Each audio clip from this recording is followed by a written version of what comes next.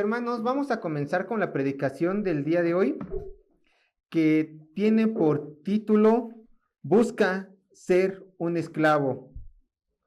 Tiene por título Busca ser un esclavo. Y es la parte 1. Busca ser un esclavo, parte 1, y estamos en Marcos, capítulo 10, verso 35 al 45. Van a ser 10 versículos, pero no se preocupen. Ahora solamente vamos a llegar hasta el verso 40, sí, hasta el verso 40, pero vamos a leer todos estos pasajes para tenerlos en la mente y ver el contexto. Acompáñame a Marcos, capítulo 10, verso 35 al 45, para que veamos los que estamos leyendo. Marcos capítulo 10, verso 35 a 45, dice así la palabra de Dios. Entonces Jacobo y Juan, hijos de Zebedeo, se le acercaron diciendo: Maestro, querríamos que nos hagas lo que pediremos. Él les dijo: ¿qué queréis que os haga? Ellos le dijeron: concédenos que en tu gloria nos sentemos el uno a la derecha y el otro a tu izquierda. Entonces Jesús les dijo: ¿no sabéis lo que pedís? ¿Podéis beber del vaso que yo bebo o ser bautizados con el bautismo con que yo soy bautizado? Ellos dijeron: podemos. Jesús les dijo: a la verdad del vaso que yo bebo, beberéis, y con el bautismo con que yo soy bautizado, seréis bautizados. Pero el sentaros a mi derecha y a mi izquierda no es mío darlo, sino aquellos para quienes está preparado. Verso 41.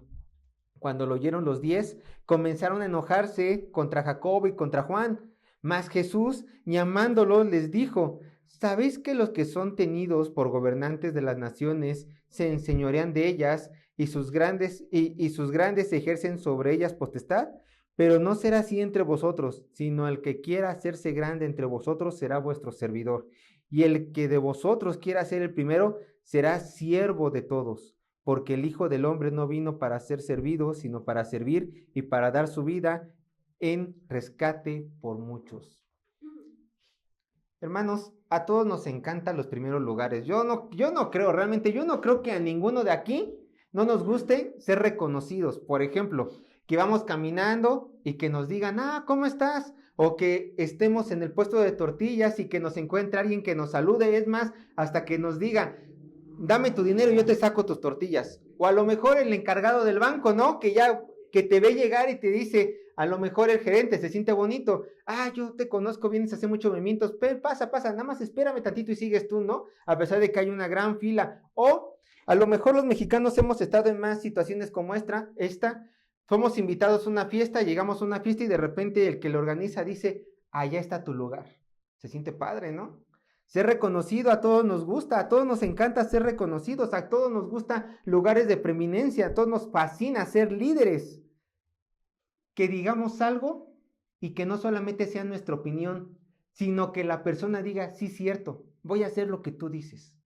A todos nos encanta estos tipos de lugares, pero el Señor dijo que en su iglesia, que en su reino, aquellas personas que se hacen llamar sus discípulos, no tienen que buscar esas cosas. No tienen que buscar ser reyes, no tienen que buscar ser gobernantes, sino que tenemos que buscar ser siervos, esclavos de nuestros prójimos, inconversos incluyendo, y principalmente hermanos en la fe. Tenemos que buscar servir y no ser servidos. Por eso hoy veremos cómo Jesús llama a servir y no a ser servidos.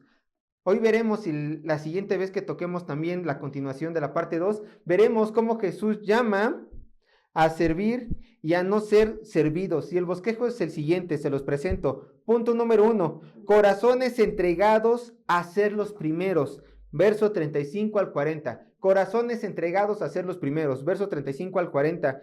Y punto número 2 del bosquejo, corazones entregados a ser los últimos. Verso 41 al 45. Punto número 2, corazones entregados a ser los últimos. Verso 41 al 45. Entonces vamos a pasar al punto número 1 del bosquejo, hermanos. Corazones entregados a ser los primeros, versos 35 al 40. Y vamos a leer el verso 35, donde nos vamos a quedar un tiempo. Verso 35. Acompáñame, estamos en Marcos, capítulo 10, verso 35. Dice así la palabra de Dios. Dice así: Entonces Jacobo y Juan, hijos de Zebedeo, se le acercaron diciendo: Maestro, querríamos que nos hagas lo que pidiéremos. Nos vamos a detener tantito en la primera palabra, que es muy interesante. Entonces, cada vez que encontremos esta palabra y entonces, nos indica que lo que está a punto de narrarse está conectado con el verso anterior o con la historia anterior o con las palabras que anteriormente dijeron. ¿Y qué es lo que encontramos anteriormente? Entonces, ¿por qué ocurre esto? Bueno, ¿qué fue lo que ocurrió anteriormente en los versículos anteriores? Pues nada más y nada menos que nuestro Señor Jesucristo, ¿recuerdan? Se encontraba rumbo ¿a dónde? A Jerusalén. Pero no iba solo, iba con sus discípulos, iba con los apóstoles, y de hecho los apóstoles se encontraban fascinados, asombrados de la determinación de su maestro a ir a un lugar donde sabían que lo iban a matar, mientras que el resto de sus discípulos tenían miedo de ir a Jerusalén porque entendían que también podía tener represalias ellos y porque su maestro a lo mejor iba a ir a morir allí. Les resumo, cuando Jesucristo se percata de todo esto, ¿qué es lo que hace? Aparta a los 12 apóstoles y les dice una vez más, por tercera ocasión de hecho: voy a morir, me van a apresar, los líderes religiosos, los gentiles, los romanos, me van a apresar y voy a morir, pero tranquilos, ¿por qué? Porque voy a resucitar, voy a resucitar. No solamente era un mensaje, el que vimos anteriormente, un mensaje de muerte, de desánimo, que sin duda lo fue para los apóstoles que lo escucharon, también era un mensaje de esperanza, porque el Señor les dijo: voy a resucitar a sus discípulos, a los más cercanos, a los 12. Pero ocurría algo en los pensamientos de los apóstoles, y esto lo deja ver muy claro Lucas capítulo 18, verso 34. Vean lo que dice Lucas capítulo 18, verso 34. Jesucristo ya por tercera ocasión le dijo a los apóstoles que iba a ir a Jerusalén, que iba a morir y que iba a resucitar. Pero ¿qué pasaba en la mente de los apóstoles? Lucas 18:34 dice: pero ellos nada comprendieron de estas cosas, y esta palabra les era encubierta, y no entendían lo que les decía. Voy a morir, el Mesías va a morir, pero va a resucitar. Entonces cada vez que escuchaban esto los apóstoles: ¿cómo? No entiendo. ¿Cómo que el Mesías, el siempre campeón, va a morir? ¿Y cómo que va a morir si va a resucitar? Entonces, ¿para qué murió si va a resucitar? No lo entendemos. No que el Cristo iba a venir en gloria, no que en Cristo nos iba a triunfar, nos iba a quitar el yugo de los gentiles. Ellos no entendían. Ellos no entendían nada del mensaje de Cristo, nada de su evangelio. Pero eso sí, estos dos discípulos entendieron algo muy claro: que iba a morir. Eso sí lo entendieron. Eso sí entendieron que iba a morir. Entonces estos dos discípulos dijeron: antes de que muera nuestro maestro, porque por lo menos sé que va a morir, vamos a pedirle un favor muy especial. Un favor muy especial a nuestro gran maestro, antes de que muera, que fue lo único que yo entiendo. Vamos una vez más a Marcos capítulo 10, verso 35. Entonces, Jesucristo les está, lo repito rápidamente, Jesucristo los ve con miedo, les dice: voy a morir. Entonces, ocurre esto. No se sabe si inmediatamente, pero ocurre esto después de las palabras de Jesús. Entonces, Jacobo y Juan, hijos de Zebedeo. Jacobo y Juan, hijos ¿de quién? De un hombre llamado Zebedeo. Nos vamos a detener tantito aquí. Dice la Biblia claramente: hijos de Zebedeo. Este Zebedeo era un pescador del mar de Galilea. De hecho, tenía el mismo oficio Jacobo, Juan y Zebedeo que Pedro. Sin duda se conocían. Pero en Marcos capítulo 1, verso 20, se menciona que Zebedeo tenía trabajadores. Entonces, Zebedeo gozaba de una buena posición económica, que sin duda compartía con sus hijos. Tú no tienes trabajadores a menos que te vaya bien, ¿cierto? Por lo general en su época, ¿quién era el instrumento de trabajo? Pues los hijos. Los hijos son los instrumentos de trabajo de los padres, hasta que ellos hacen su propia vida. Entonces, aquí Zebedeo tenía trabajadores que sin duda también estaban trabajando para Jacobo y por qué no para su hermano menor Juan. Y por si fuera poco, este Jacobo y este Juan no solamente gozaban de una buena posición económica, que por cierto, recuerden, cuando Jesucristo fue llevado por los fariseos, por el Sanedrín, siendo más específico, en Jerusalén, Juan tuvo que agarrar contactos para que lo dejaran pasar y escuchar todo lo que estaba diciendo de su maestro. Entonces no eran gente desconocida, era gente que tenía contactos, pero no solamente Jacobo y Juan tenían dinero y tenían contactos porque venían de un papá que estaba bien económicamente. También dentro del círculo más cercano de Jesús, de los 12, se dividían en círculos de 3, siendo los más cercanos, ¿quiénes? Pedro, Jacobo y Juan. Entonces tenían autoridad estos hombres, tenían dinero, tenían prestigio, pero también tenían una relación íntima con nuestro Señor Jesucristo, muy, muy cercana, a tal grado que solamente a Pedro, a Jacobo y a Juan se le permitían ver cosas que a los otros 9 apóstoles no, entre ellas que la transfiguración. ¿Qué les dijo? Ustedes van a ver esto, ustedes van a escuchar esto, pero no se lo van a poder contar a los demás hasta que yo me vaya. Entonces ellos veían cosas muy especiales, realmente tenían un favor muy especial por parte de nuestro Señor Jesucristo. Entonces, cuando escucharon por tercera ocasión que iba a morir su maestro, ¿se tienen fe? Pues vamos a pedirle algo al maestro antes de que se vaya. En esa confianza que le tenemos, vamos a pedirle algo muy especial. Entonces, dice el texto, que estos hijos de Zebedeo se le acercaron. ¿A quién? A Jesús. Se le acercaron diciendo lo siguiente. Vean cómo empiezan. Maestro, querríamos que nos hagas lo que pidiéremos. Maestro, te solicitamos que nos hagas lo que te vamos a pedir. Ahora, quiero que aquí vean el plan con maña. El plan con maña. Primero llegan con su maestro y le dicen, maestro, te queremos pedir algo, pero dinos antes de que te lo pidamos que nos lo vas a dar. Eso es lo que están haciendo. Querríamos que nos hagas lo que pidiéramos. Te voy a pedir algo, pero antes de que te lo pida, dime que me lo vas a cumplir. Como si el maestro, en esa confianza que le tienen a Jesús, como dijeron, claro que sí, hijitos, claro que sí, Juan, Jacobo, que los quiero mucho, pídame y todo lo que ustedes quieran se los daré. Una persona hizo esto, ¿saben quién fue? En prometer antes de escuchar lo que le iban a pedir, Herodes. Cuando la hija de Herodías le pidió la cabeza de Juan el Bautista. Hermanos, hay que ser sabios.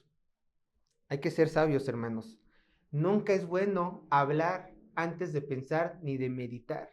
Nunca es bueno comprometer nuestra palabra sin escuchar o entender en qué la comprometemos. Nuestro Señor Jesucristo los escuchó. Ahorita van a ver su respuesta, pero antes yo se lo adelanto. No hagan eso. No se comprometan por su propia boca. Hay un dicho muy mexicano. El pues muere por su propia boca. Vean lo que dice Eclesiastés 5:3.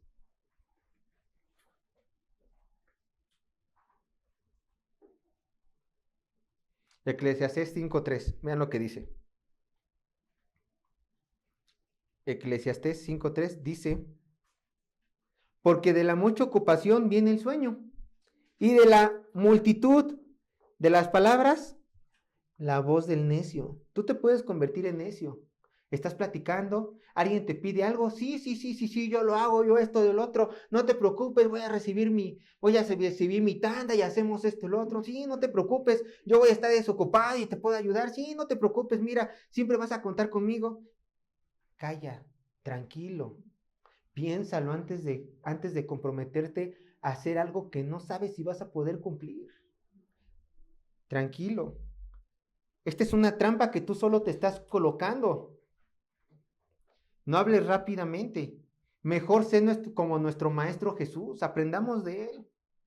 Los discípulos se acercaron a Él y le dijeron, Maestro, voy a parafrasear, te queremos pedir algo, pero antes de que te digamos qué es, concédenoslos. ¿Y qué dijo nuestro Señor Jesucristo? Verso 36. Vayan conmigo. Marcos capítulo 10, verso 36.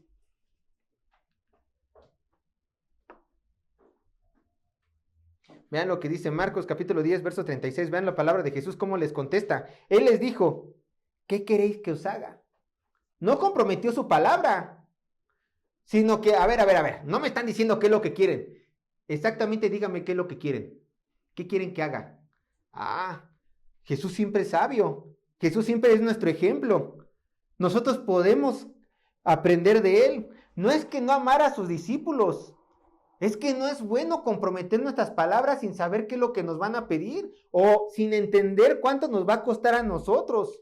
Recuerden, estamos llamados a no hablar rápido, a no prometer por prometer. Estamos llamados ¿a qué? A que nuestro sí sea sí y que nuestro no sea no. Por esto nuestro Señor Jesucristo le dijo, ¿qué quieren que haga? Sean específicos. Obviamente Jesucristo les podía dar todo. Claro, es dueño de todo. No hay nada imposible para él. Pero quería saber qué es lo que sus discípulos querían. Entonces, Jesús, sin empeñar su palabra, les dice a sus discípulos qué quiere que haga. Pero, en este punto, hermanos, yo quiero decirles una cosa. Hay otro evangelio que habla exactamente de esta misma petición. Recuerden, los evangelios se complementan. Antes de escuchar la petición que ellos le van a pedir, quiero que vean el otro evangelio que complementa a este. Vayan conmigo a Mateo 20, 21. Mateo capítulo 20, verso 20, 21. Y es exactamente la misma ocasión, es exactamente el mismo momento. Pero vean lo que añade Mateo.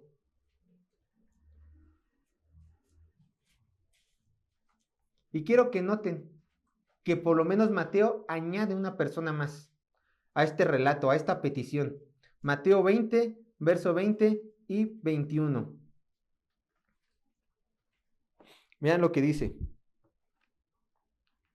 Recuerden, lo mismo. Jesucristo les estaba diciendo a sus apóstoles que iba a morir y entonces se le acercó la madre de los hijos de Zebedeo con sus hijos, postrándose ante él y pidiéndole algo. Él le dijo, ¿qué queréis? Es exactamente el mismo relato, es exactamente la misma ocasión. Noten algo. Las criaturitas de 30 a 40 años, o sea, Jacobo y Juan, más o menos andaban por los 30 a 40 años, estas criaturitas no estaban solos en esta petición. No fueron solos con su maestro a pedirle lo que ya vamos a ver lo que le van a pedir. Fueron acompañados de su mami, de su mamá, para hacerle esta petición a Jesús. Lo cual vemos que realmente es una petición de suma importancia. Para que lleves a tu mamá a pedirle algo a tu maestro, quiere decir que es importante para ti, ¿no? Yo quiero pensar, pero ¿qué tan importante era para ellos? Vean el verso 20, en la última parte. Postrándose ante él. ¿Y qué? Y pidiendo algo. ¿Era tan importante que los apóstoles tuvieron que llevar a su mamá? ¿Era tan importante que los tres, Juan, Jacobo y su mamá, se postraron ante él para llegar a Jesús y decirles, concédenos esto que te vamos a pedir? A sus ojos era algo muy importante que se requería que toda la familia estuviera allí.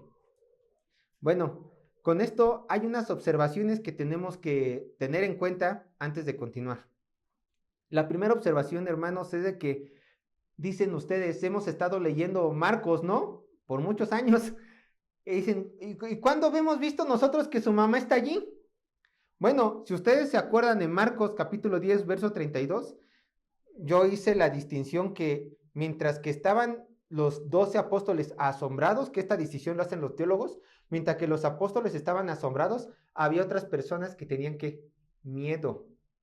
Estas personas eran los discípulos de Jesucristo que lo acompañaban rumbo a Jerusalén.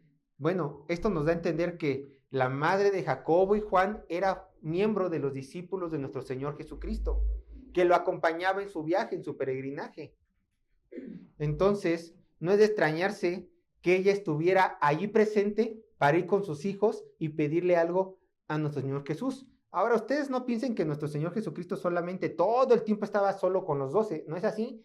Nuestro Señor Jesucristo tenía muchísimos discípulos, junto con ellos mujeres. Vean conmigo Lucas capítulo 8, verso 1 al 3. Y hay un ejemplo aquí de que las mujeres también eran bienvenidas y bien recibidas en el ministerio de Jesús. ¿Para qué? Con un propósito, para servirle en sus necesidades y, ¿por qué no?, también para beneficiarse de la palabra que él predicara y servir en más cosas. En el Señor, vean lo que dice Lucas capítulo 8, verso 1 al 3.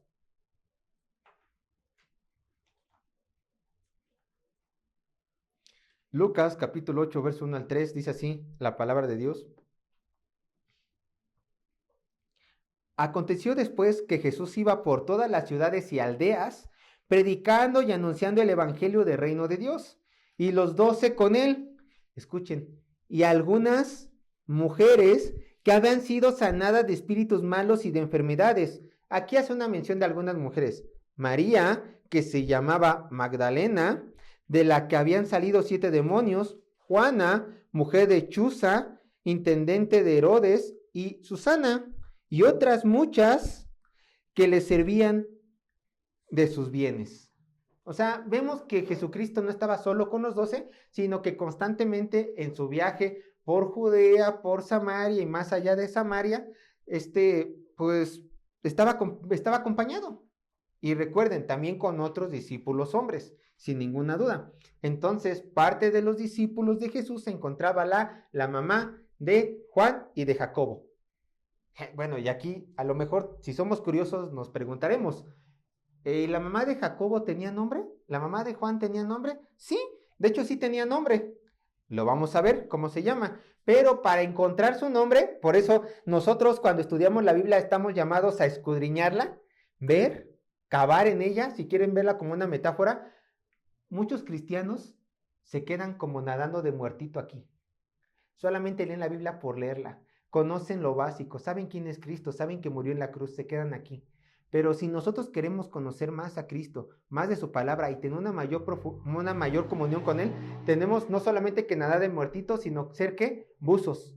Meternos a lo profundo, sacar las piedras preciosas, ir a flote y enseñarlas a todos. Y esto es lo hermoso de estudiar la palabra de Dios. Acompáñame a Mateo 27, versos 55 y 56. Mateo 27, versos 55 y 56.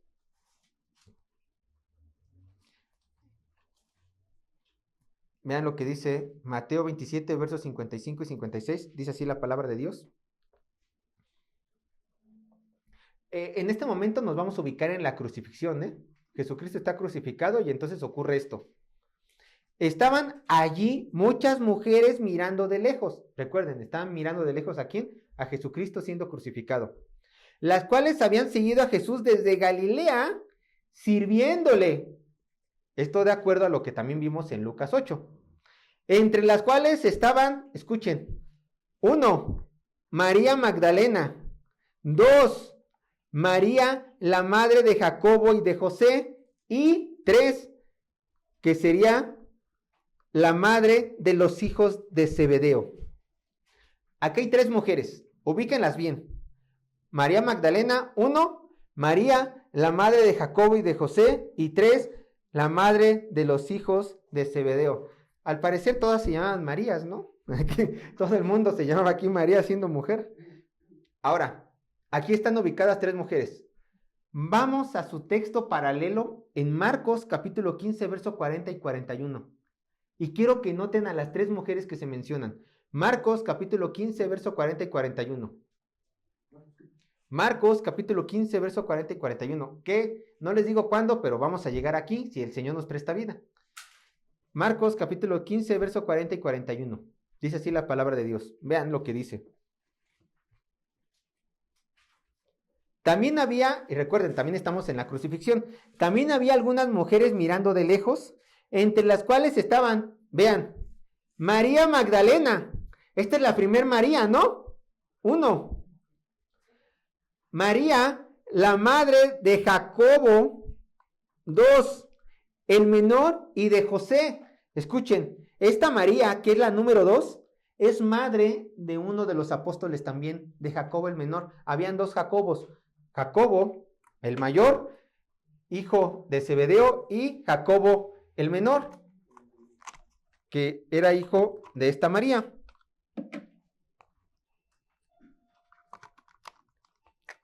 Y vean lo siguiente. Y vean al tercero, a la tercera. ¿Y quién? Salomé. Aquí ya no dicen la madre de Jacobo y Juan.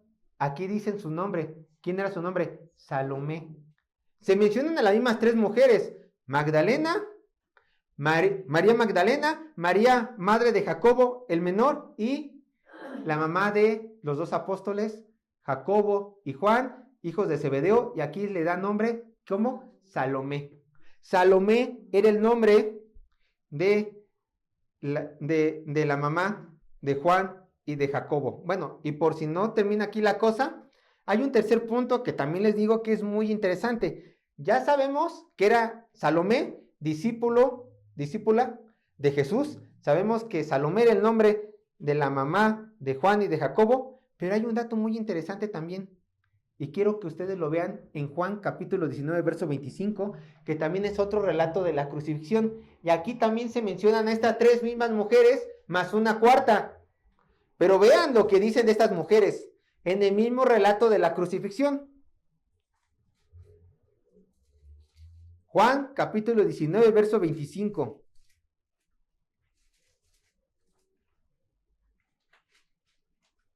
Vean.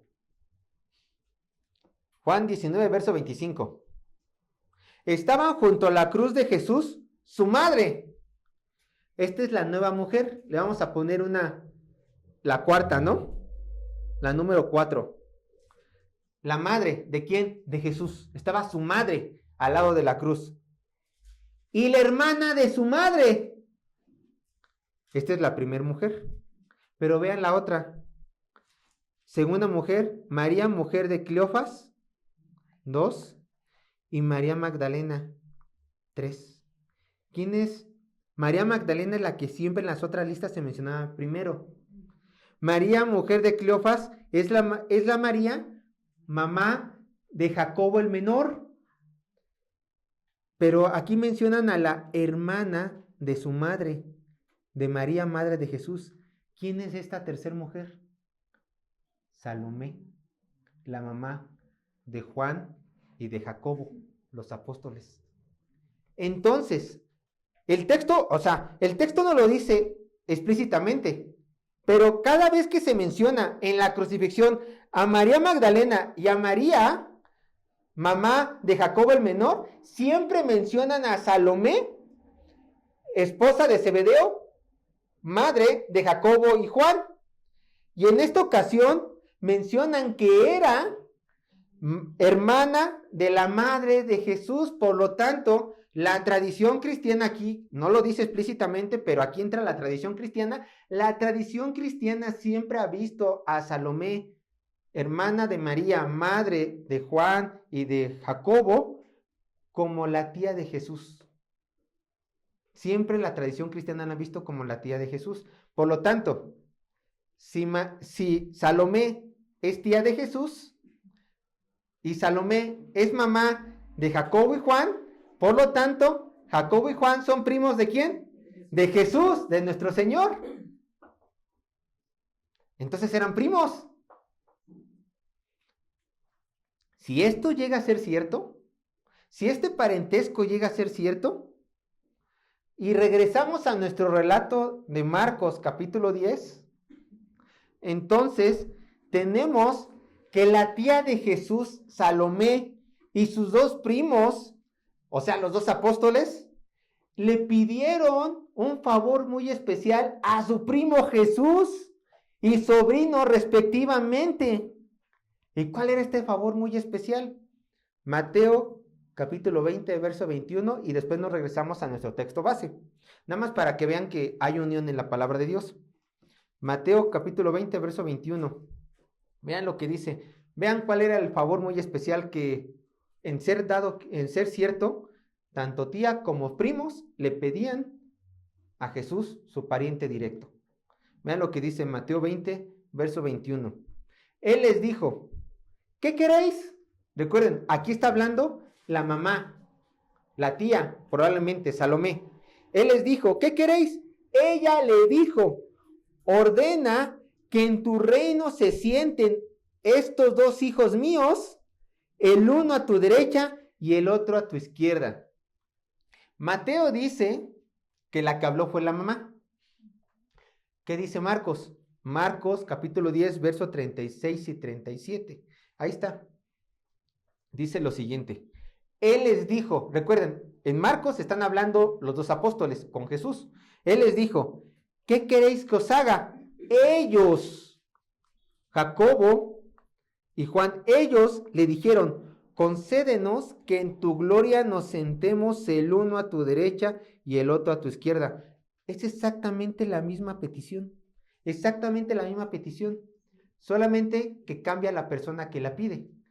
Mateo dice que la pidió la mamá, mientras que Marcos dice que la pidieron los dos apóstoles. Quiero decirles una cosa, la palabra de Dios es infalible, nunca se equivoca, nunca hierra, siempre dice la verdad, pero recuerden que Dios utilizó a humanos que escribieron acorde a sus percepciones muchas veces y entre los evangelios se complementan. Entonces, Mateo, quien escribió el evangelio de Mateo, vio preciso incluir a la mamá, mientras que Marcos, quien dice la tradición, escuchó todo esto de Pedro, simplemente Pedro pues no vio bien o no vio acorde contarle a Marcos que escribiera que estaba ahí la mamá presente. Percepciones, pero obviamente si juntamos los evangelios nos ayuda a tener un mayor entendimiento de todo lo que estaba pasando. Los teólogos no se ponen de acuerdo cómo fue esta petición, quién habló primero, quién habló después, pero permítame darles cómo a lo mejor yo armé este relato para que encajara. Obviamente, no quiere decir que con esto que les voy a decir que es la última palabra, pero quizás pudo haber sido de la siguiente manera. Escuchen esto, se lo voy a leer. A saber los apóstoles que Jesús no tardaría en morir, porque se dirigían a Jerusalén, fueron con su mamá, que probablemente era la tía de Jesús, y le dijeron que era el momento oportuno para hacer su petición que ya habían planeado con anterioridad. Esto deja ver el texto. El texto deja ver que ellos ya habían planeado esto con su mamá. Entonces, la petición que ellos querían era colocar a los dos hermanos en un lugar de autoridad, a lo cual ella, o sea, Salomé, al querer que sus tesoritos quedaran en un lugar de exaltación junto con Jesús, dice, vamos con Jesús. Los apóstoles fueron primero a hablar con él, mientras que Salomé remató la petición y los apóstoles afirmaron la petición de su mamá. Probablemente así fue. Jesús, queremos hablar contigo. ¿Qué quieren? Te queremos pedir algo. Bueno, dígame qué es. Llega la mamá, se postran, la mamá habla, quiero que mis hijos así, uno a tu derecha y otro a tu izquierda, y después los apóstoles, sí, nosotros queremos, reafirmando las palabras de su madre, nosotros queremos lo que pidió nuestra mamá, uno a tu derecha y otro a tu izquierda. Concédenos, dice el texto, concédenos que en tu gloria nos sentemos el uno a tu derecha y el otro a tu izquierda. Quizás así fue, quizás. Pero bueno, hermanos, esta petición no era poca cosa. Lo que los apóstoles estaban pidiendo era algo que prácticamente los iba a colocar en una posición por encima de toda la creación, no solamente de sus discípulos. Los reyes de la época solamente sentaban a su derecha y a su izquierda a las personas más importantes en su reino, y si el rey faltaba, el que estaba a la derecha y después el que estaba a su izquierda tenían la misma autoridad que el mismo rey, mientras el rey no estaba. Pero vean lo que les termina contestando nuestro Señor Jesucristo en Marcos capítulo 10, verso 38.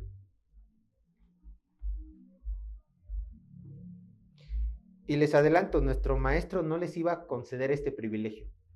Marcos capítulo 10, verso 38. Dice así la palabra de Dios. Marcos capítulo 10, verso 38. Entonces Jesús les dijo, ¿No sabéis lo que pedís? ¿Podéis beber del vaso que yo bebo? ¿O ser bautizados con el bautizo con el que yo soy bautizado? Vean cómo inicia nuestro Señor Jesucristo con estas palabras. No sabéis lo que pedís. No sabéis lo que pedís. Y estas palabras que nuestro Señor Jesucristo les dijo a sus discípulos eran verdaderas. Jacobo y Juan no sabían qué era lo que estaban pidiendo realmente. Hermanos, si algo aprendemos, y quiero que ustedes también lo entiendan, y no les quiero meter miedo, ¿no? Pero es una realidad. Entre más cercano tú quieras ser con Jesús, entre más cercano tú quieras ser con Jesús, más dificultades y pruebas tendrás, más aflicciones experimentarás. Nuestro Señor Jesucristo, cuando vio a Juan y a Jacobo pidiéndole esta petición, dijo: no entienden lo que me están pidiendo, no entienden todo lo que van a sufrir, no entienden qué tan grande es el costo para estar a mi derecha y para estar a mi izquierda. Y entonces nuestro Señor Jesucristo les hace las siguientes preguntas. ¿Podéis beber del vaso que yo bebo? Se refiere a participar de los sufrimientos. ¿Podéis participar de los sufrimientos de los cuales yo voy a sufrir? Y después remata con otra idea que es la misma. ¿Os he bautizados con el mismo bautizo con el cual yo soy bautizado? No quiere decir, oye, tú también échate agua, como lo vimos aquí unas semanas, ¿no? No, se está diciendo, yo voy a ser sumergido en sufrimiento. ¿Tú vas a querer también ser sumergido en sufrimiento? ¿Lo vas a soportar? ¿Vas a tomar de la misma copa de sufrimiento que yo y vas a ser bautizado en el mismo dolor y sufrimiento que yo? Son preguntas duras, ¿no? ¿Qué contestaron estos dos apóstoles? Verso 39, Marcos capítulo 10, verso 39. Jesucristo ya los estaba aterrizando. Primero les dijo, ustedes no entienden. Después les dijo, vean cuál es el costo por estar en estos lugares. Verso 39, Marcos capítulo 10, verso 39 dice lo siguiente. Ellos dijeron, ¿quiénes? Los apóstoles, los dos, Jacobo y Juan. Ellos dijeron, podemos. Estas son palabras fuertes, hermanos. Palabras fuertes del Señor Jesucristo y palabras fuertes de los apóstoles al contestarle a su maestro. Podemos. Esto refleja lo mucho que el hombre necesita dejar y sufrir para seguir al Todopoderoso Jesucristo. ¿Y qué creen? Quiero decirles una cosa. A lo mejor ustedes podrán decir, ay, Sergio, hablaste de no hablar rápidamente, ellos hablaron rápidamente. ¿Qué creen? Jesucristo no deja ver que estos hombres hablaron rápidamente, ¿eh? Cuando ellos dijeron podemos, no estaban mintiendo. Jesucristo sabía que ellos iban a participar de los mismos sufrimientos. ¿Cómo lo sabemos? Porque continúa diciendo Jesucristo. Vean lo que dijo. Jesús les dijo, cuando ellos dicen, ¿podemos participar de esos sufrimientos? ¿Te seguiremos a ti hasta la muerte? Jesús les dijo, vean, a la verdad, o sea, sí es cierto, a la verdad, del vaso que yo bebo beberéis, y con el bautismo con que yo soy bautizado, ¿seréis qué? Bautizados.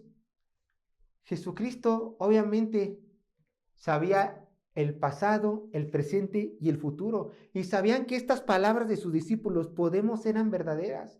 Él sabía lo mucho que les iba a costar a sus discípulos tener un lugar de preeminencia en su reino. Yo les quiero hablar rápidamente de cuánto les costó a estos apóstoles. Primero, Hechos capítulo 12, verso 1 y 2. Hechos capítulo 12, verso 1 y 2. Jacobo era el mayor, ¿no? Entre los dos hermanos. Uno de los tres del círculo más cercano de Jesús.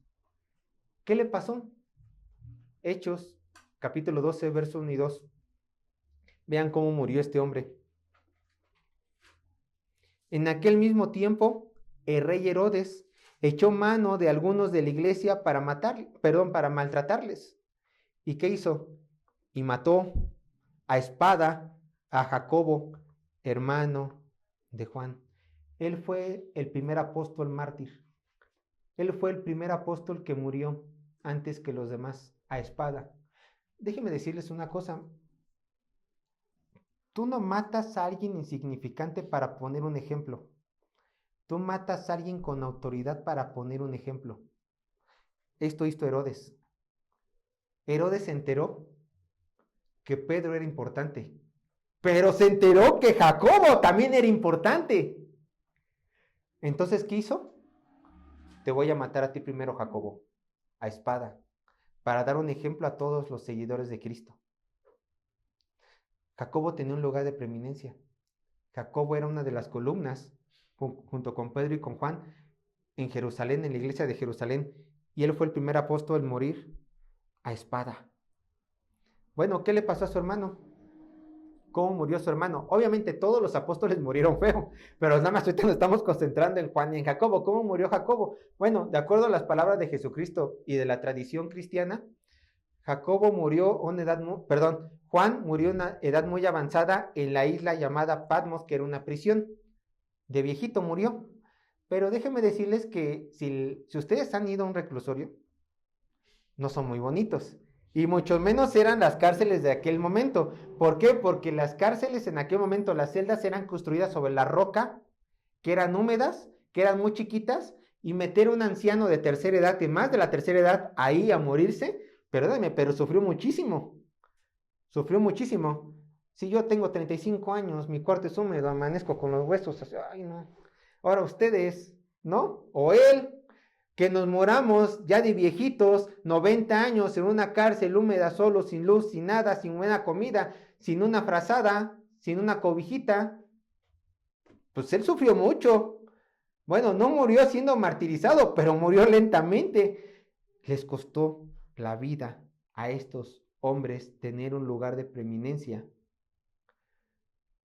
en los asientos que les correspondía en el reino de Dios.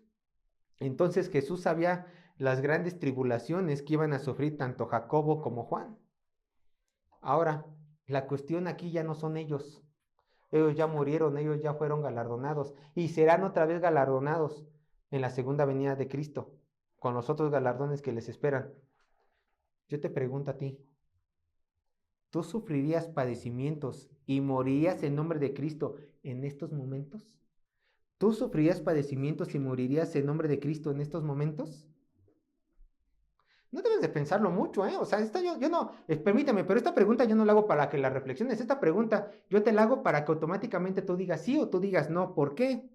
Porque si contestas sí, entonces reflejas que tú anhelas vivir y morir para Cristo. Y si tú dices no, entonces estás reflejando que realmente no has creído en Jesucristo con todo tu corazón como para morir por Él, vivir y morir por Él. O no has entendido que parte del privilegio de ser cristiano es dar la vida por Cristo, volviéndote un cristiano inmaduro en la fe. Ah, Sergio, ¿dónde dice en la Biblia que somos llamados a sufrir? Hechos 5, 40 y 41, vayan conmigo. Hechos 5, 40 y 41. El cristianismo no es de color de rosas. Si tú quieres estar en el reino de los cielos, te va a costar sangre. Y así lo tienes que ver. Te va a costar todo y Jesucristo no te mintió. Hechos 5, 40 y 41. Vean el ejemplo de nuestros hermanos mayores, los apóstoles. Hechos 5, 40 y 41. Dice la palabra de Dios. Los apóstoles, contexto, los apóstoles estaban predicando, los agarraron, los metieron en la cárcel y pasó lo siguiente. Y convinieron con él y llamando a los apóstoles después de que azotarlos, no los acariciaron con flores, los azotaron con látigos, les intimaron que no hablasen en el nombre de Jesús y les pusieron en libertad. Y ellos, los apóstoles que habían sido azotados, salieron de la presencia del concilio, o sea, del Sanedrín, ¿cómo? Gozosos de haber sido tenidos por dignos de padecer afrenta por causa del nombre añado de Jesús. Salieron contentos de haber sido azotados, salieron gozosos de poder participar de los dolores de Jesucristo. Tú saldrías gozoso de ser azotado, de ser vituperado, que te lancen botellas, que te dejen de hablar por causa de nuestro Señor Jesucristo, de sufrir en su nombre. Espero que sí. Ese es tu llamado, ser azotado en las calles. Ah, pero eso fueron ellos. A mí a lo mejor me toca algo distinto. Mateo 16, 24, 25. Sergio, tú nos has enseñado en leer todo en su contexto histórico. Aquí en México hay paz, todo bien, ¿no? ¿Qué dice Mateo 16, 24 y 25? Ve lo que dice Mateo 16, 24 y 25. Entonces Jesús dijo a sus discípulos, escucha, a sus discípulos Jesús dijo esas palabras: si alguno quiere venir en pos de mí, escuche, niéguese a sí mismo y tome su cruz y sígame.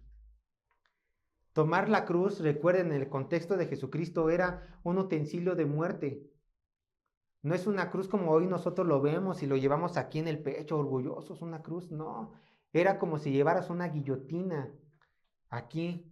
Era algo despreciable para tanto judíos como para gentiles. Dios te está diciendo, ¿quieres ser mi discípulo? Pues hazte la idea que tienes que morir a ti mismo. Y hazte la idea de que allá afuera te pueden matar. Toma tu cruz, niégate a ti mismo porque ya no vas a vivir para ti, sino para mí.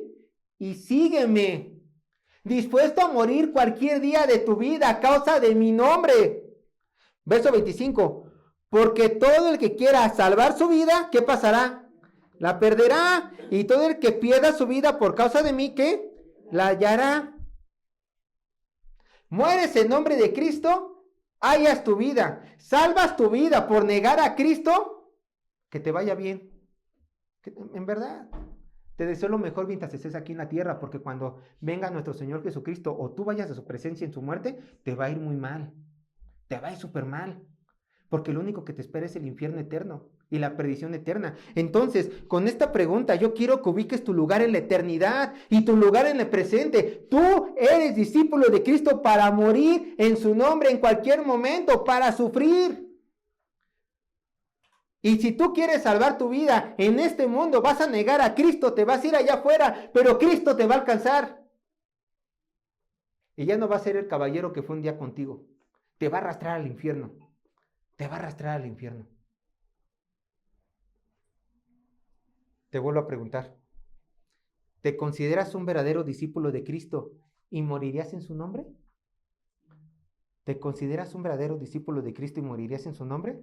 ¿O no eres ni frío ni caliente y solo es un simple tibio que no sabe ni qué hacer con su triste vida, ya que eres tan cobarde como para entregarte 100% a Cristo y tan débil de carácter como para dejar tu pecado al que tanto te aferras? Recuerda, a los tibios Dios los vomita de su boca, ya que no sirven para nada en su reino. Dios te salve de ser un tibio. Mejor ve y piérdete.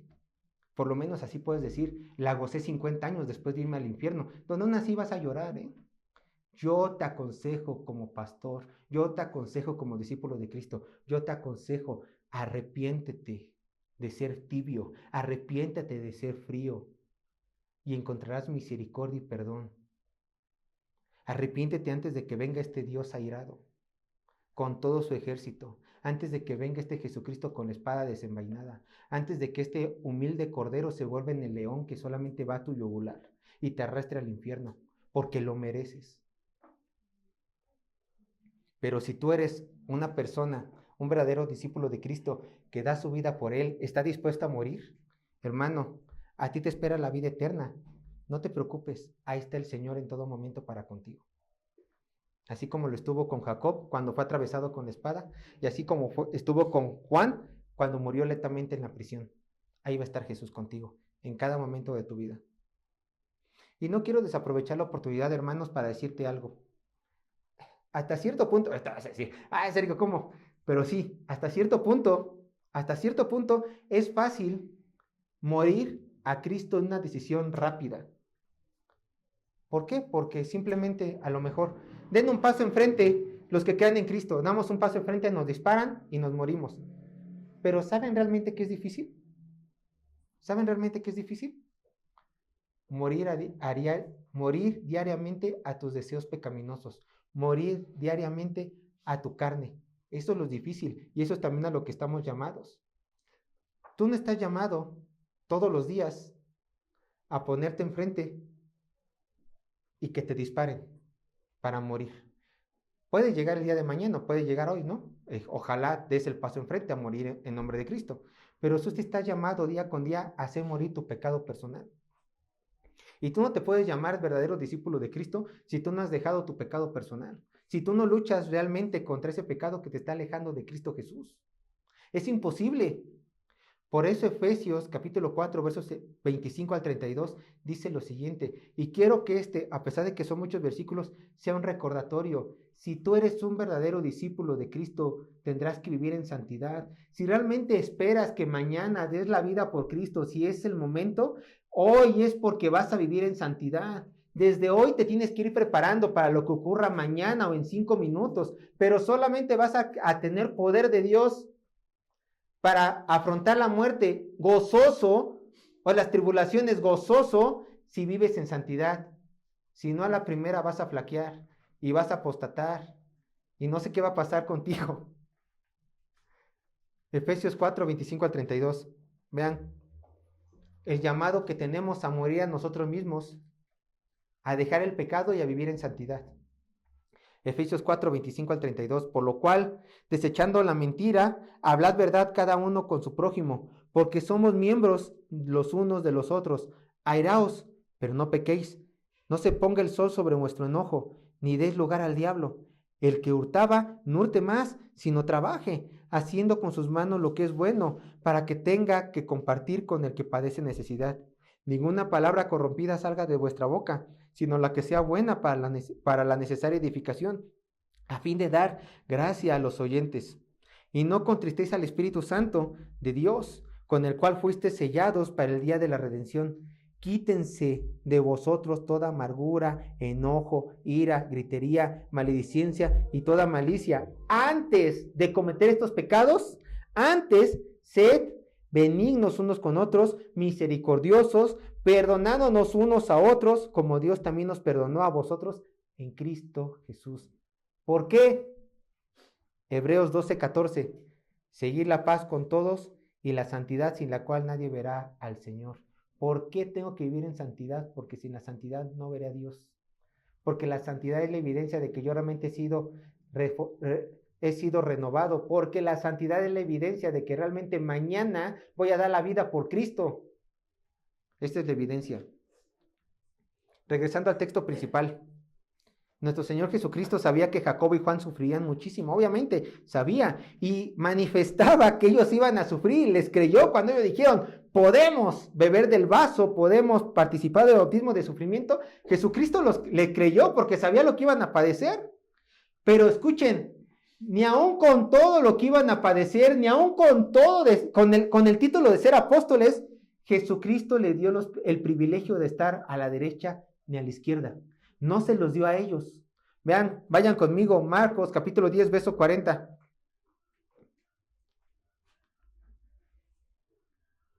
Cuando Jesucristo dice, sí, yo sé que van a padecer por mí, sí, yo sé que ustedes están dispuestos a morir hoy por mí, y qué bueno, porque soy digno, dice el Señor.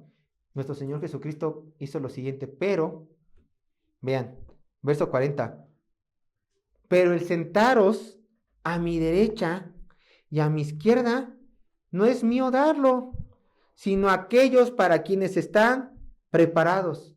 Hermanos, aquí nos deja ver algo muy importante. En el cielo, en la eternidad, hay 2 lugares que ya están reservados. ¿Para quiénes? Yo no sé. Pero ya hay 2 lugares reservados para 2 hombres muy especiales que van a gobernar junto con el Señor Jesucristo. Nosotros también, pero sus lugares son de preeminencia de estos 2 hombres que ya fueron dados desde antes de la eternidad pasada. Ahora, muchos se pueden alarmar porque dice Jesucristo, no es mío darlo. ¿Pero por qué te alarmas? Es que Jesucristo, ¿cómo que no es de él darlo? ¿Acaso Jesucristo no es Dios? ¿Él no puede dar lo que él quiera? Sí, sí puede. Pero en la eternidad pasada, el Padre, el Hijo y el Espíritu Santo, la Santa Trinidad, acordaron cosas. El Padre no murió en la cruz. ¿Quién murió en la cruz? El Hijo. Perdóneme, pero el Hijo no está en nosotros guiándonos en este mundo. Él está en el reino de los cielos. ¿Quién nos está guiando? El Espíritu Santo. ¿Quién nos regenera? El Espíritu Santo. ¿Quién intercede? Bueno, ahí sí interceden los 2, el Hijo y el Espíritu.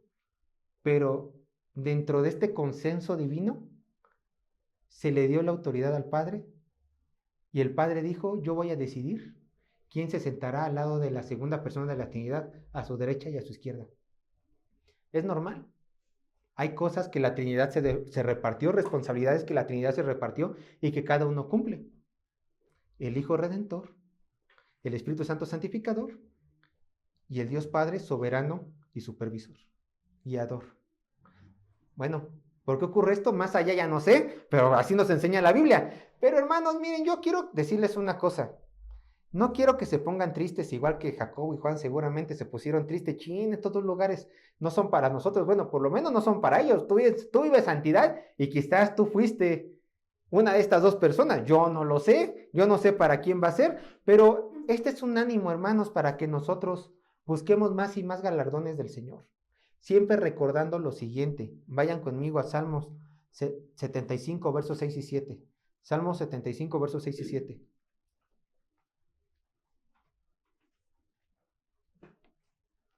Y esto quiero que te quede claro, tanto en las cosas de la iglesia, tanto en los dones espirituales, como también allá afuera. No quiero decir en el mundo, pero pues afuera de la iglesia, ¿no? Porque, o sea, todo en las manos de los cristianos, todo tiene que ser santo incluyendo nuestros trabajos. Pero ve lo que dice aquí. Salmos 75, 6 y 7.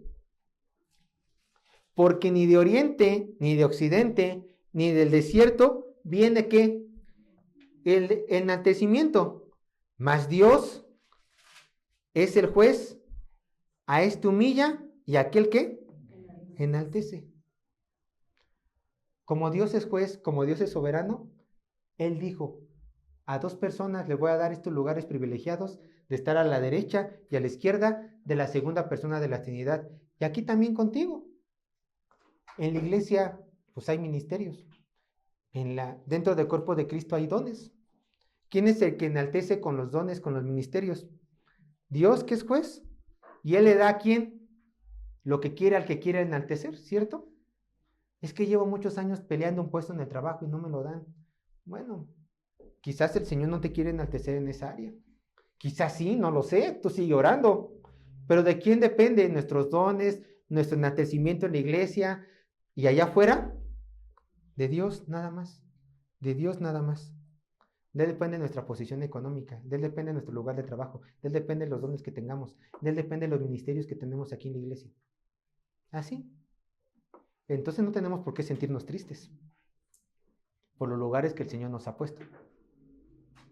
Ahora, yo quiero decirles una cosa, a lo mejor ustedes podrán decir, ¡ay, qué santo! Jacobo y Juan, ¿no? Querían los lugares de más preeminencia en el reino de los cielos. Qué hermosa petición le hicieron a nuestro Señor Jesucristo. Y les voy a decir una cosa, y se los voy a adelantar porque esto lo veremos la siguiente vez. Esta petición no era nada santa, ¿eh? No era nada santa. Y lo sabía Jesús, que lo sabe todo, y lo supieron los apóstoles. Cuando se enteraron los apóstoles que habían pedido Juan y Jacobo el estar a la derecha y a la izquierda, ellos dijeron, a ver, ¿cómo está esto aquí? ¿Le quieres enseñar ¿Le quieres enseñar de migajas a la paloma? Yo iba a pedir lo mismo que tú. Dice, yo sé lo que quieren. Ustedes no querían unos lugares simplemente para servir más a Jesús. Ustedes querían un lugar de exaltación para que les sirvamos. Bueno, lo vamos a ver la siguiente vez. Y yo les quiero dejar esto de conclusión, hermanos. Y aquí concluimos nosotros la predicación.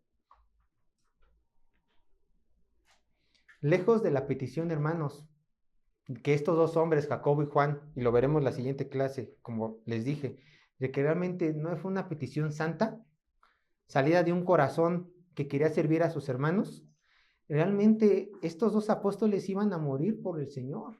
Realmente confesaron de todo corazón, podemos padecer en tu nombre, queremos servirte, Jesús, y vamos a morir en tu nombre y en tu causa. Realmente estos hombres eran hombres de Dios, imperfectos como todos nosotros, pero había un anhelo genuino de seguir a su maestro, cueste lo que le cueste. Ahora, yo te quiero preguntar para cerrar, ¿tú estás dispuesto también a seguir a tu maestro, cueste lo que te cueste? Tengas que dejar lo que tengas que dejar. El pecado que tanto te gusta hacerlo a un lado para seguir a Jesucristo, dar la vida por Él. Recuerda, Dar la vida por Cristo no solamente es pararte en tu trabajo, en la escuela, aquí en la calle y gritar a fuerte, yo creo en Cristo, como lo dijo mi papá, eso cualquiera lo puede hacer. Es más, los brujos dicen que creen en Cristo. Los brujos leen la Biblia. ¿Cuál es la diferencia? Y lo vimos también en el tiempo de reflexión. Una vida santa entregada a Él, alejarnos de pecado es la verdadera evidencia de tu santidad y tu verdadero compromiso con Cristo Jesús.